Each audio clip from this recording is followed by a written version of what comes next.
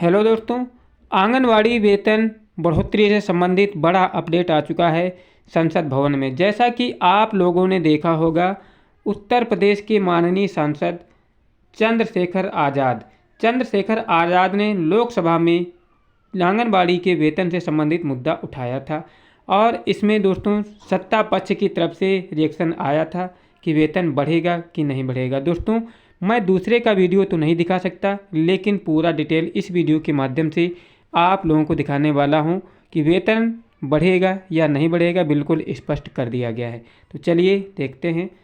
दिया है कि उत्तर प्रदेश स्थित बिजनौर की नगीना सीट से सांसद और आज़ाद समाज पार्टी के प्रमुख चंद्रशेखर आज़ाद ने सदन में आंगनबाड़ी कार्यकर्ताओं के मानदेय का मुद्दा उठाया। चंद्रशेखर आज़ाद ने सदन में सरकार से पूछा कि आंगनबाड़ी में बहुत बहनें काम करती हैं, ये एक अच्छा कार्य है। उन्होंने पूछा कि क्या आंगनबाड़ी बहनों को जो मानदेय मिलता है वो कितना है, अगर मानदेय सम्मानजनक है तो उसकी जानकारी दें, यदि मानदेय सम्मानजनक नहीं है तो उनकी मानदेय वृद्धि की क्या रूपरेखा है। ये किसने कहा था दोस्तों? ये कहा था चंद्रशेखर आज़ाद ने। नगीना सांसद चंद्रशेखर आज़ाद के प्रश्नों पर महिला एवं बाल विकास मंत्री, तो दोस्तों ये हैं बीजेपी की मंत्री महिला एवं बाल विकास, इन्हीं के ऊपर डिपेंड करता है ये इन्होंने बजट में क्या दिया है क्या नहीं दिया है। अन्नपूर्णा देवी ने जवाब दिया कि अन्नपूर्णा देवी ने सदन में सवालों का जवाब देते हुए कहा कि आंगनबाड़ी कार्यकर्ता उसी क्षेत्र की होती हैं, उनसे 6 घंटे का काम लेते हैं, मतलब उसी क्षेत्र की हैं, उन्हें ज़्यादा कुछ भाग दौड़ नहीं करनी पड़ती है। और क्या कहा कि आंगनबाड़ी कार्यकर्ताएं बेहतर काम कर रही हैं। उन्होंने कहा कि विभिन्न राज्य सरकारें उनसे अलग अलग तरीके से काम ले रही हैं। आंगनबाड़ी कार्यकर्ताओं को भारत सरकार के माध्यम से मानदेय देते हैं, मतलब इनको राज्य से भी वेतन मिलता है और केंद्र से भी सहयोग मिलता है और समय समय पर मानदेय में बढ़ोतरी भी होती है। और इन्होंने क्या कहा, और मानदेय के अलावा इन सुविधाओं का लाभ भी मिलता है। ये दोस्तों अन्नपूर्णा देवी ने कहा। अन्नपूर्णा देवी ने आगे कहा कि हम आंगनबाड़ी कार्यकर्ताओं को मानदेय के अलावा जीवन बीमा, आयुष्मान भारत के तहत हेल्थ कवरेज स्कीम से उन्हें जोड़ा है। मतलब इन्होंने ये क्या दिया है और कहा है कि राज्य सरकारों द्वारा कहीं 10 तो कहीं 15,000 रुपये दिए जाते हैं।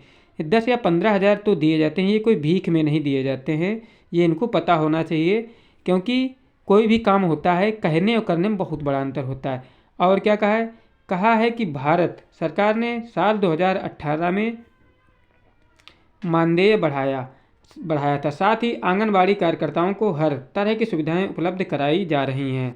और क्या है दोस्तों, अब देखिए इसी से स्पष्ट हो रहा है कि 2018 में बढ़ा था और इसके अलावा अगर इनको बढ़ाना होता तो यहीं से जवाब मिल जाता कि इनका जो वेतन है बढ़ने वाला है।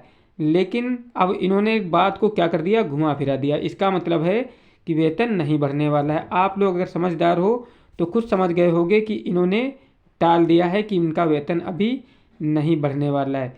हो सकता है कि अगले चुनाव में ये मुद्दा गरमाए और फिर से वेतन इनका जो भी बढ़ाया जाए बढ़ सकता है, लेकिन अभी फ़िलहाल इनका कोई वेतन नहीं बढ़ेगा, जो कि इनके भी कथन से क्या है स्पष्ट हो चुका है। आप लोग प्रयास कीजिए, सरकार पर दबाव बनाइए, हो सकता है कि आपकी ये सुने, क्योंकि इनके मंत्री लोग तो ऐसे ही बयान देते हैं जैसे यूपी के शिक्षा मंत्री हैं। उन्होंने कहा था कि यूपी में कोई शिक्षक की वैकेंसी नहीं है, लेकिन फिर उसके बावजूद में आया था कि 75,000 शिक्षक भर्ती होने वाली है। अभी उसके बाद सन्नाटा पसर गया, कोई न्यूज़ नहीं आ रही है। तो आपको ऐसे ही रियल और ऑथेंटिक न्यूज़ देखना है तो मेरे यूट्यूब चैनल को ज़रूर सब्सक्राइब करें।